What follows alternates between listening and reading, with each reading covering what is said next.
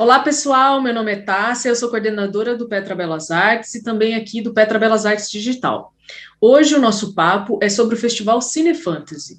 Estou entrando um pouco na sequência daquele nosso papo da semana passada sobre o mercado nos festivais de cinema. Dessa vez a gente vai conversar sobre os criadores e o curador de um festival que já tem lá a sua trajetória no cinema nacional e também internacional. Eu queria conversar com o Filipe Pitanga e o Eduardo Santana do Festival Cine Fantasy.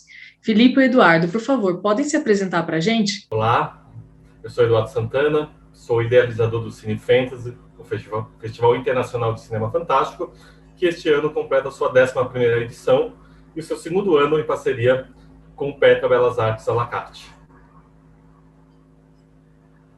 Eu sou o Filipe Pitanga, eu sou crítico, professor também de cinema, como na Academia Internacional de Cinema, e sou um fã do trabalho do Eduardo desde sempre, do Eduardo e também da Mônica Trigo, desde que ela se juntou também ao festival. Eu acho que eles fazem um trabalho fenomenal, que nenhum outro tipo de festival dentro do cinema de gênero estava pensando em coisas que eles já estavam elevando o patamar, pensando para além das fronteiras, sabe? Criando fissuras, não só na forma de trazer para a gente esse festival, mas também em termos de agregar e até inspirar as obras que viriam, porque eu acho que também é um festival de formação.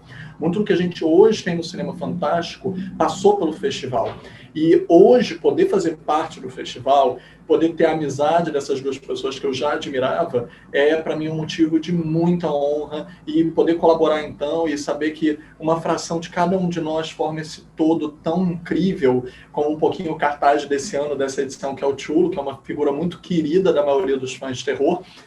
Ano passado foi revalorizada, ressignificada com o seriado Território Lovecraft, então demonstra a sua atemporalidade, que não importam os tempos, vai se adaptar, vai ser representatividade e vai ser ressignificar esses símbolos, como mostra o cartaz da 11ª edição do Cine Fantasy. Bom, primeiro eu queria agradecer vocês por estarem aqui nesse papo com a gente. Para a gente é muito importante tocar nesses assuntos que nem sempre o público ou quem é engajado no universo do cinema sabe muito bem. Eduardo, eu queria saber de você como surgiu a ideia do festival lá há 11 anos atrás e como ele se desenvolveu até aqui. Queria que você contasse um pouquinho dessa trajetória do festival para a gente. Vamos lá, o festival ele nasceu de uma ideia minha, tá?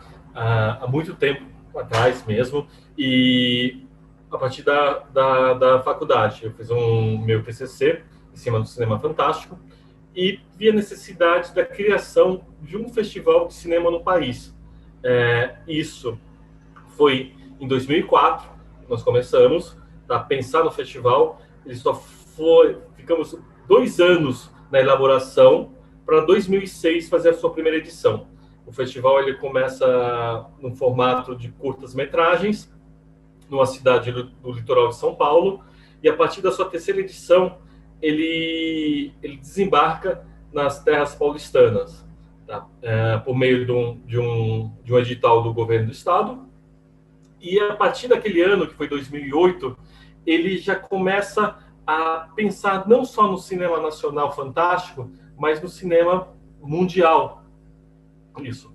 O Cine Fantasy, naquela época, era um dos poucos festivais que existiam no país, e era o mesmo sonho, uma vontade de ter um festival de cinema de gênero aqui, né? E isso, com cada ano que conseguimos trilhar o festival com muita dificuldade, porque nem sempre é fácil fazer um festival de cinema, e principalmente um festival de cinema fantástico, que em 2006 não tinha os grandes eventos, não existia a Comic Con no país, não existiam os grandes portais de cinema voltado para os geeks, para os nerds. Então existia sim o Cine Fantasy, mas não existia nada. Eu falo que o festival ele teve uma grande mudança a partir de 2011, que aí sim ele consegue tomar um corpo de um festival de cinema fantástico. Mas eu falo que até hoje, na sua 11ª edição, nós temos que explicar o que é cinema fantástico. Porque senão vem sempre as mesmas respostas. São filmes Bs, São filmes trash? É filme de pequeno orçamento? Não, é cinema. Olha aí a camisa do Filipe. É cinema de gênero, cinema fantástico que já ganhou Oscar, que já ganhou Berlim, que já ganhou Veneza e que tem um grande representante brasileiro como Bacurau, como o cinema fantástico brasileiro.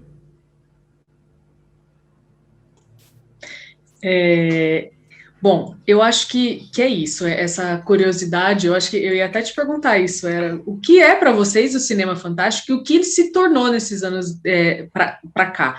Mas eu acho que isso pode ser, posso emendar junto com uma pergunta sobre o festival em si.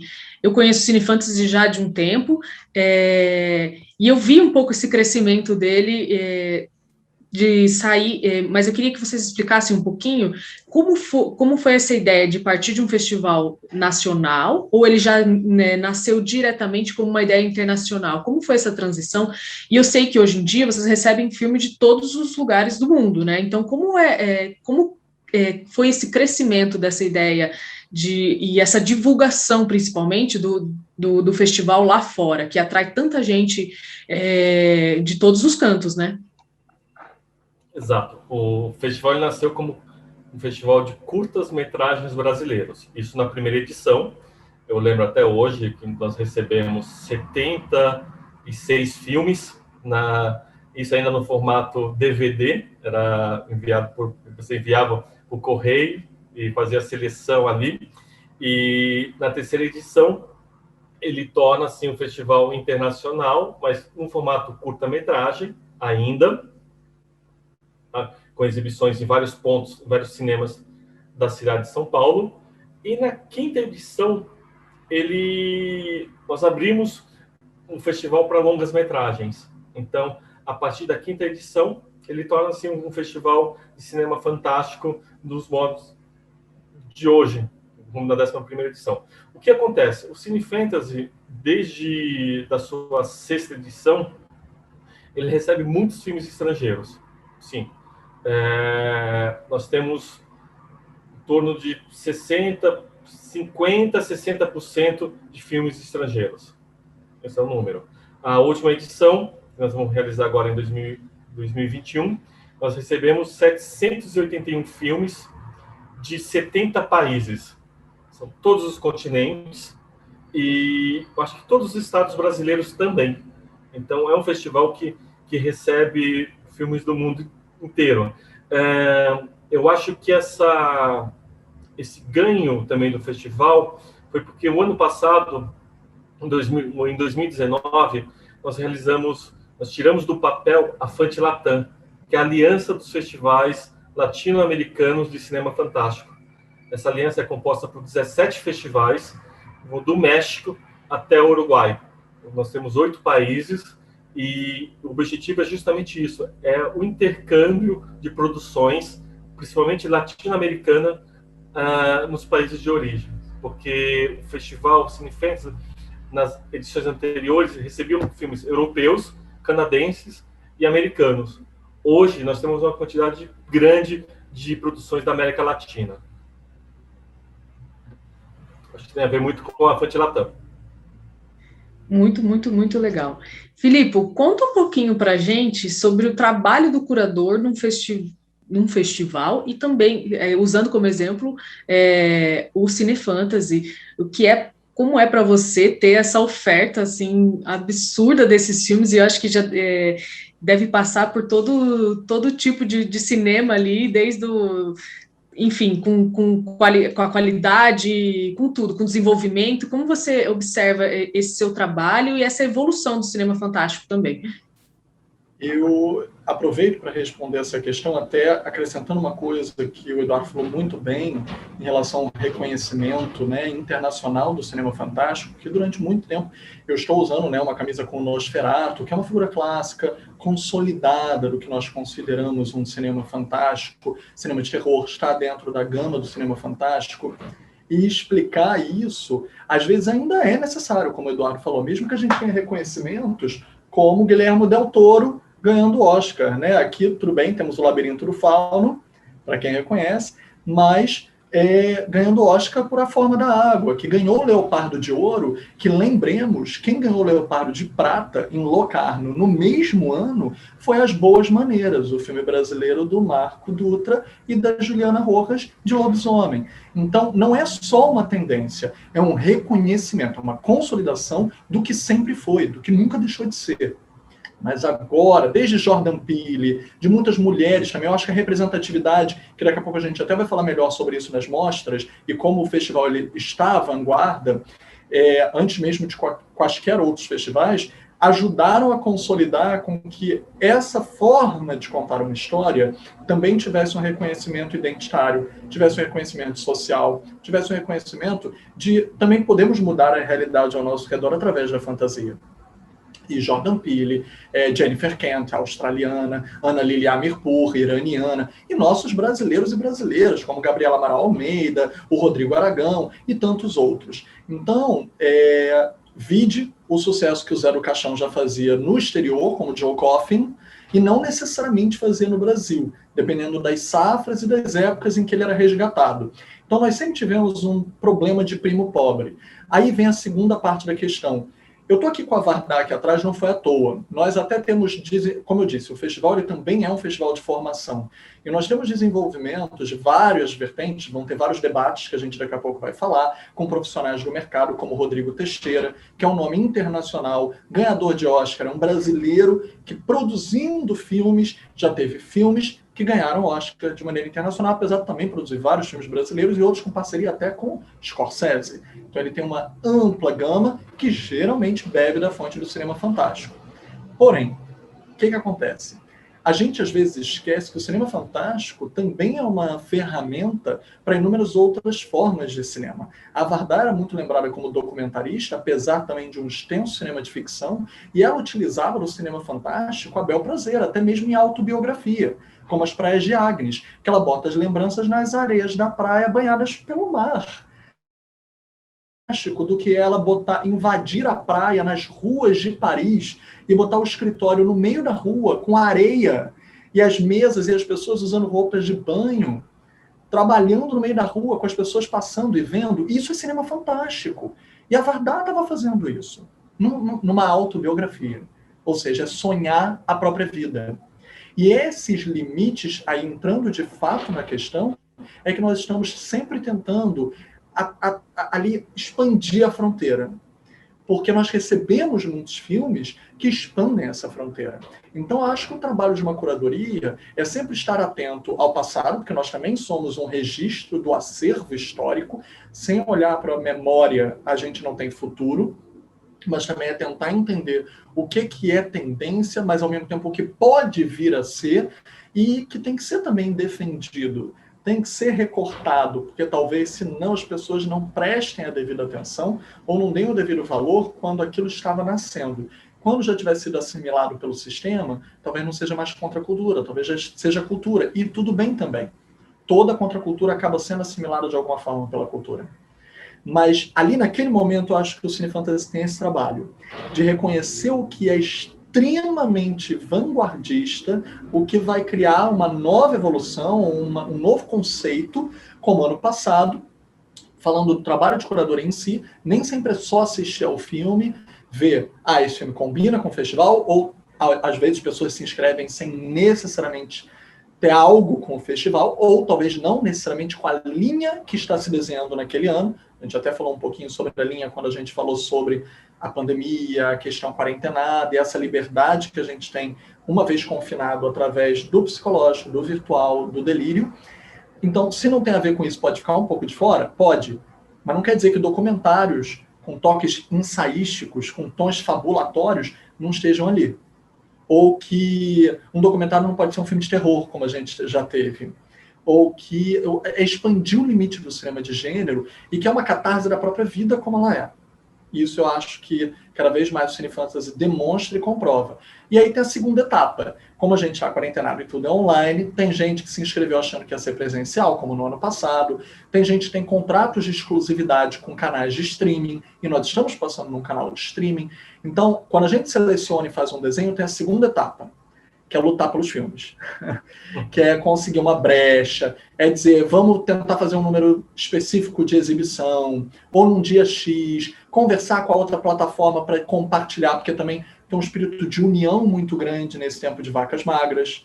Então, curadoria tem várias fases, e um exemplo que eu gostaria de dar foi o primeiro longa-metragem de terror de uma diretora panamenha, que a gente exibiu no ano passado, que era uma coisa incrível, maravilhosa, e que, se a gente não tivesse lutado por ele, talvez a gente não tivesse conseguido. E aí o Cine Fantasy passar um filme como esse, e tantos outros que estão nesse sentido.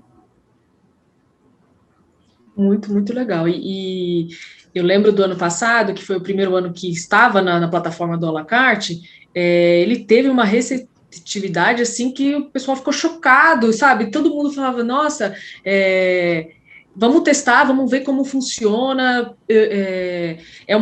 Ano passado, naquele momento de transição, que a gente não sabia muito bem como ia ser, né, essa receptividade pelo público, e foi assim um sucesso absoluto. Eu lembro de ter picos assim de acesso que a gente tinha, e a gente ficou muito, muito feliz com isso, que eu acho que é um reconhecimento exatamente, e o interesse também cada vez mais recorrente do público, que talvez não se aprofunde muito em cada assunto, no assunto do cinema fantástico, mas que vê que é isso, é uma oferta de oportunidades que podem entrar nesse universo, né?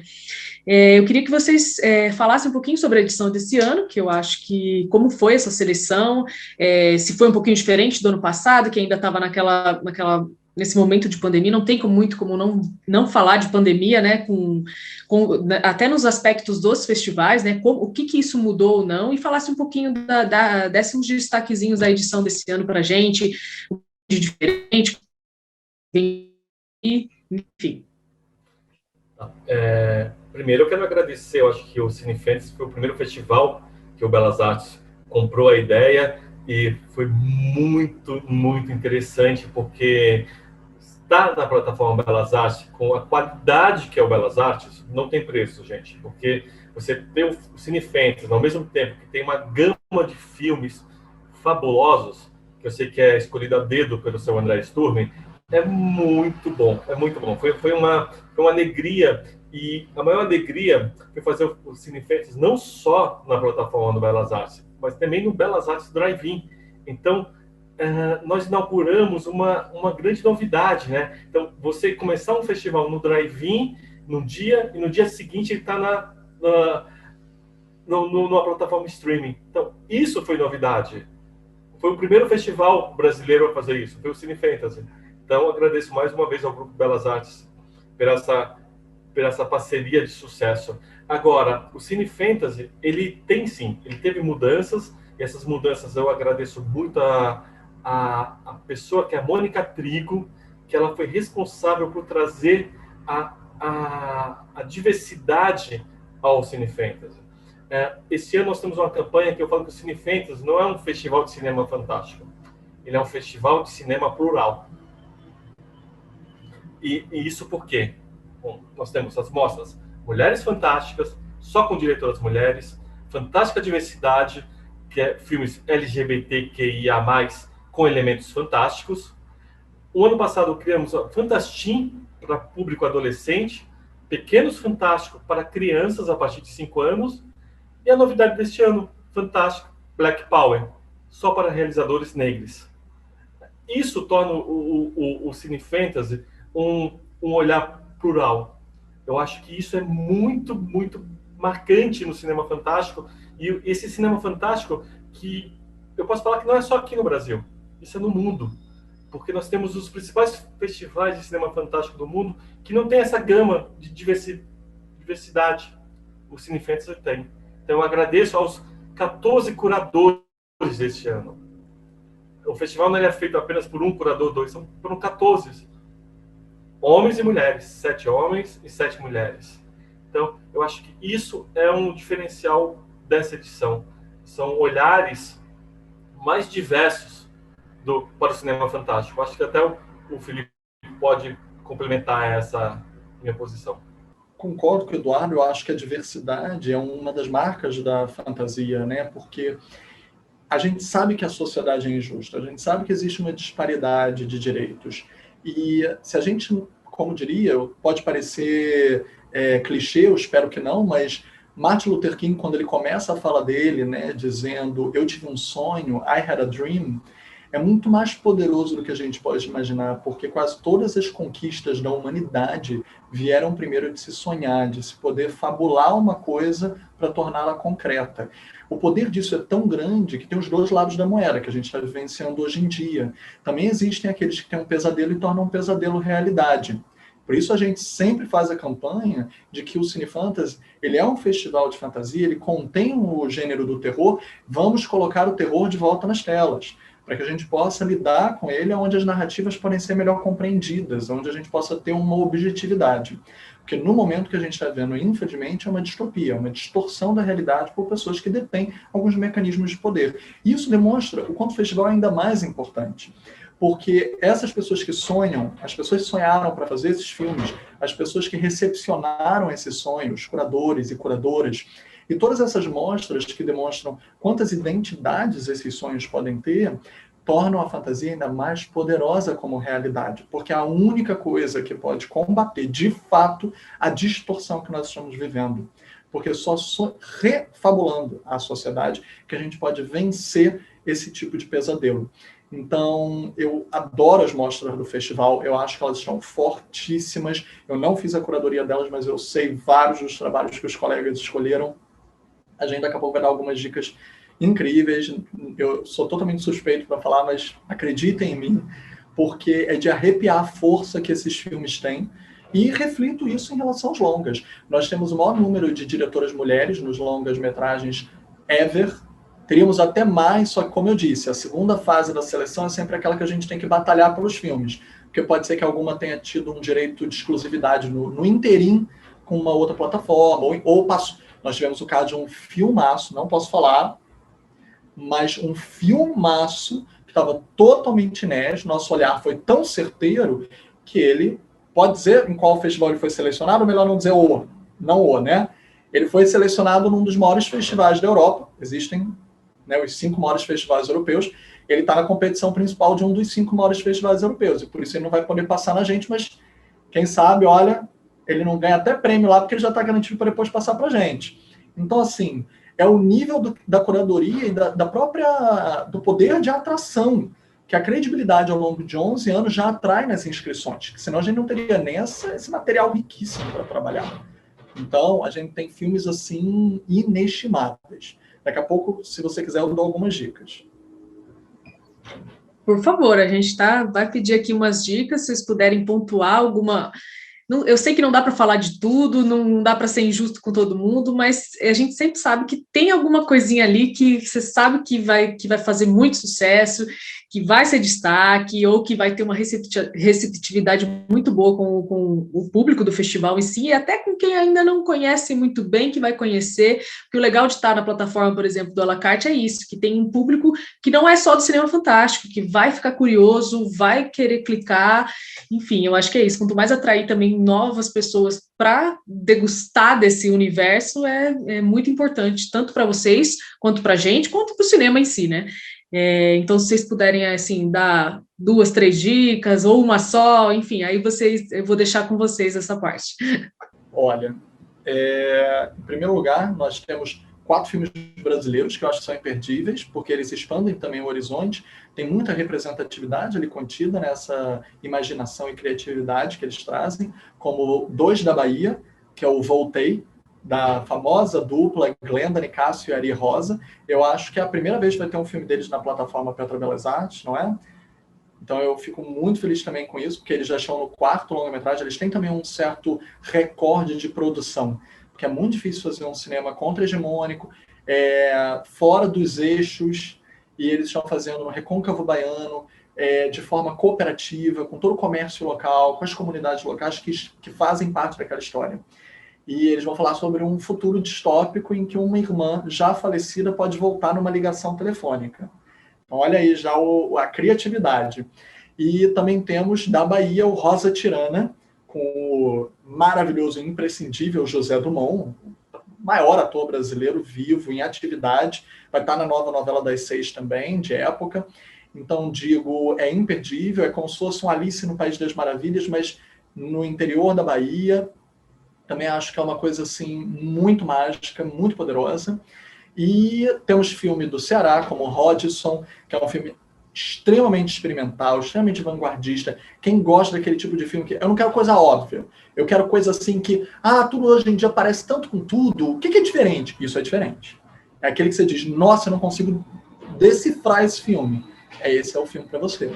E temos até Faroeste, que ele vem do Sul. Imagina, né? A gente está com um faroeste brasileiro, que eu acho que diz muito também com o tempo presente, um faroeste que atualiza os arquétipos, porque vai ter protagonista feminina, vai ter protagonista indígena, que não vão estar no lugar de antagonismo nem de coadjuvantes. Então, acho isso também bem importante em decodificar, em decolonizar o faroeste. Agora, dos estrangeiros, olha, eu diria que todos vão surpreender vocês. Todos.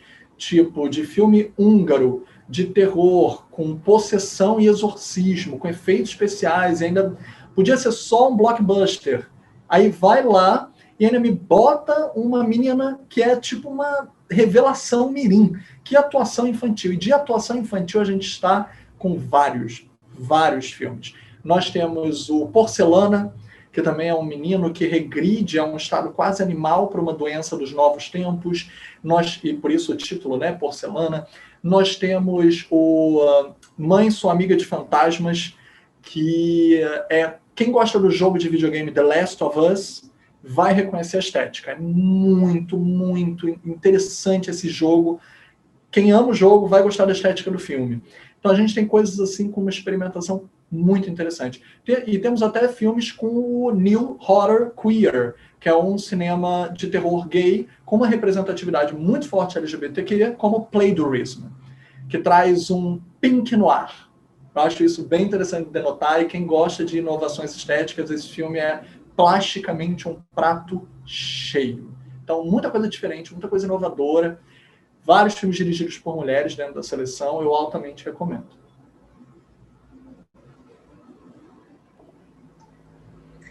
Uau!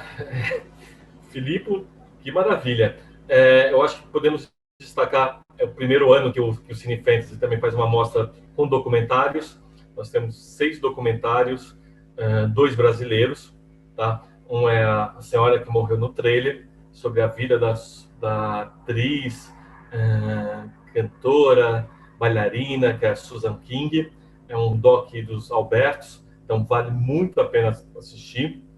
Nós temos também o Morgana, que é um doc sobre uma australiano, sobre uma dona de casa que ela resolve ser atriz de filmes de bondage, então de sadomasoquismo. Então esse é um filme interessante, passou no Fantasia no Canadá, ele está circulando a Europa nos grandes festivais também. Então é uma grande dica dos documentários. Agora, cada mostra nós temos no total 106 curtas-metragens.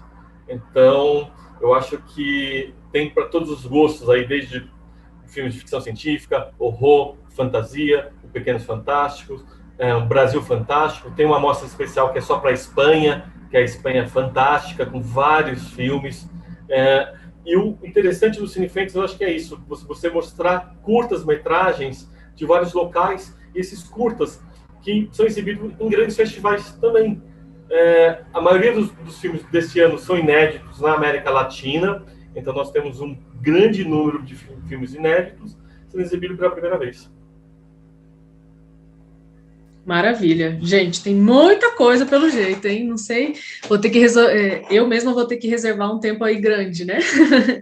Para poder assistir tudo. Eu esqueci de dizer os títulos, me perdoe. Do húngaro é o Post-Mortem, e o Faroeste é Como Vivem os Bravos. Me perdoe, esqueci de dizer os títulos deles. Sabe uma coisa, Filipe? Você poderia falar do nosso filme de abertura, né? Opa, sim, lógico. Meu Deus, como é que eu quase esqueci, não podia. Eu acho que ele, por exemplo, é um excelente exercício de curadoria. O Eduardo, ele foi atrás, ele batalhou para ter o filme, para ter o direito de exibir o filme, porque, como eu falei, o festival ele também é um festival de formação. E ter esse filme também é um manifesto. abarcar esse filme no festival é um manifesto, que é o horror noir. Para quem conhece o livro, ele é baseado num livro. Esse livro é hoje imprescindível para quem estuda cinema ou quem é entusiasta de cinema. Ele fala sobre o cinema negro de terror.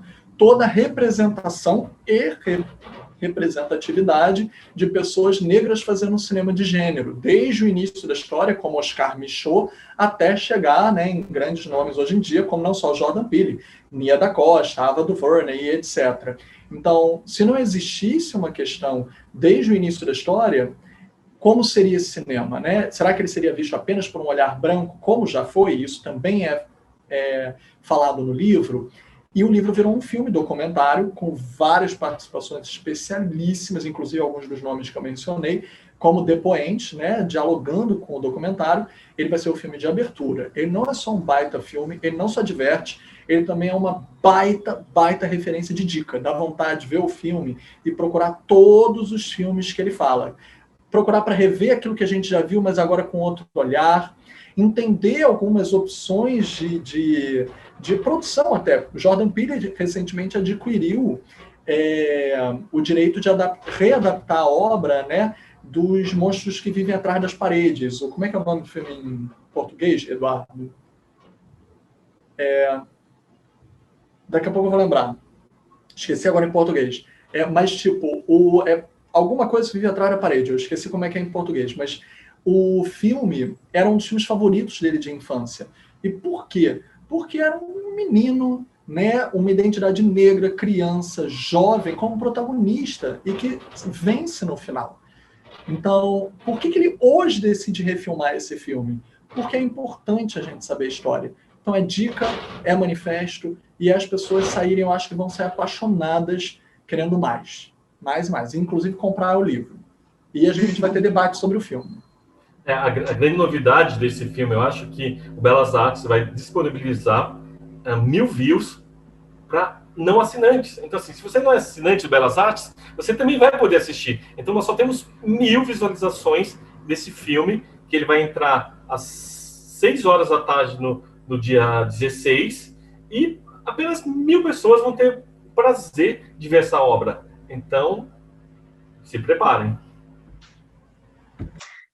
Pessoal, põe aí alerta, põe um alerta para 6 horas, a hora que o festival entrar, dia 16, assim, todo mundo larga o trabalho mais cedo para conseguir ver o filme de estreia e também ver todo o festival durante o final de semana e o tempo que ele for ficar em cartaz lá no à la carte.